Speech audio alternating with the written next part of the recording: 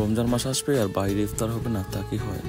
আর রমজান মাসে তো এখন বাইরে ইফতার করে একদম ট্রেন্ড হয়ে গেছে। দর্শক, আমরা চলে আসছি আমাদের ফিল্ডে।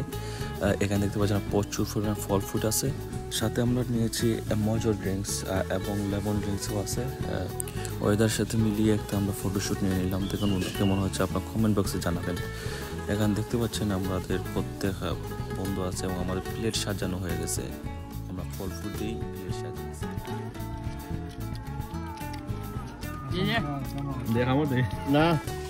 আমরা ইফতারটা শুরু করলাম। ইফতার শুরু করার পর কেউ ফল ফ্রুট খাচ্ছে, কেউ আবার ছানা খাচ্ছে, কেউ আবার খুব বেশি পানীয় খাচ্ছে।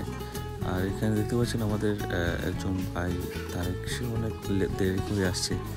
আমরা খাওয়া শুরু করছি, তারপর আসছে। আর এরকম ইফতার কতটা যে মজা, আপনারা যারা বাইরে আউটডোর ইফতার করতে থাকবেন তারাই বুঝবেন। বিশেষ করে আপনারা যদি ফ্রেন্ড স্টাফ থাকে তাদের নিয়ে আপনি বাইরে ইফতার করবেন এবং অনেক ভালো লাগবে। পাশাপাশি আপনারা ভিডিও রাখতে পারবেন, ফটো রাখতে পারবেন, স্মৃতি হিসাবে কোনো একদিন কাজে আসবে। বাইরে ইফতার করা এতটাই মজার। আর যদি বিশেষ করে আপনাদের সাজেস্ট করবো, আপনার যতটা সম্ভব আপনাদের এলাকায় যদি বারো কোনো ফিল্ড থাকে, সেই ফিল্ডে আপনারা এইরকম ইফতারটা সেরে নেবেন। কেননা এই যে সরঞ্জামগুলো আছে না, এগুলো বড় খুব কঠিন।